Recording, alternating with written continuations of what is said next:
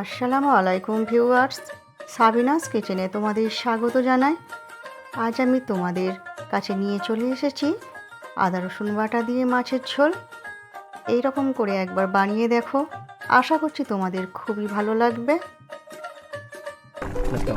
Oh my god. Aha. Yes.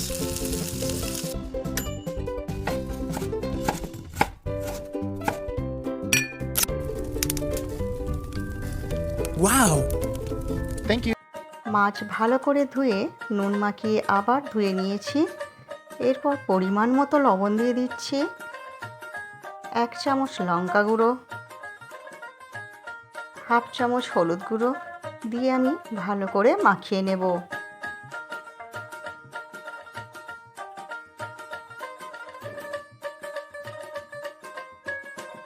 মাছের মশলাগুলো ভালো করে আমি মাখিয়ে নিচ্ছি মাছের গায়ে।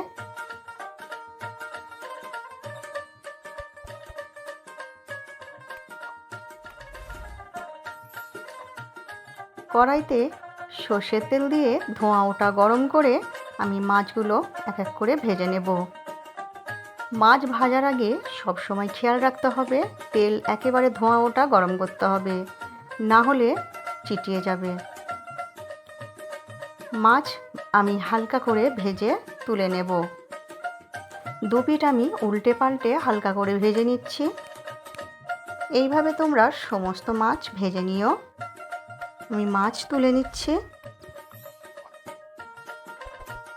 ওই তেলেতেই আমি দিয়ে দিচ্ছি একটা বড় সাইজের পেঁয়াজ কুচি করে।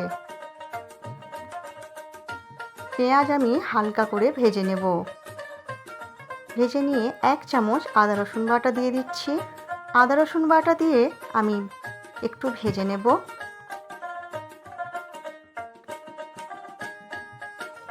আদা রসুনের যখন কাঁচা গন্ধ চলে যাবে তখন আমি পরিমাণ মতো লবণ দিয়ে দেব, 1 চামচ লঙ্কা গুঁড়ো আর হাফ চামচ হলুদ গুঁড়ো দিয়ে দেব। আমি অল্প করে পানি দিয়ে আমি মশলা কষিয়ে নেব। ভালো করে আমি মশলা কষিয়ে নেব। আমার রেসিপিটি তোমাদের এই পর্যন্ত পছন্দ হলে একটা লাইক করে দিও এবং পরবর্তী রেসিপি কী পেতে চাও সেটাও কমেন্ট করে জানিও।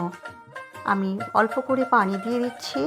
দিয়ে যখন পানি ফুটে উঠবে তখন ভাজা মাছগুলো আমি দিয়ে দেব।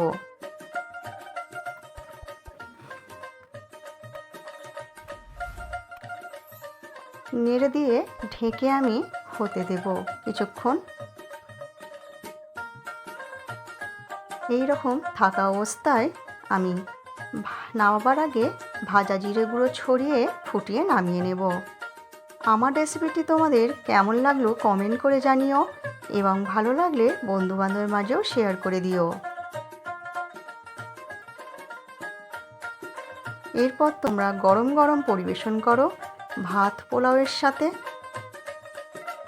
আমার রেসিপিটি যদি তোমরা ফেসবুক থেকে দেখে থাকো তাহলে ফলো করে দিও এবং ইউটিউব থেকে দেখলে সাবস্ক্রাইব করে পাশে থেকো।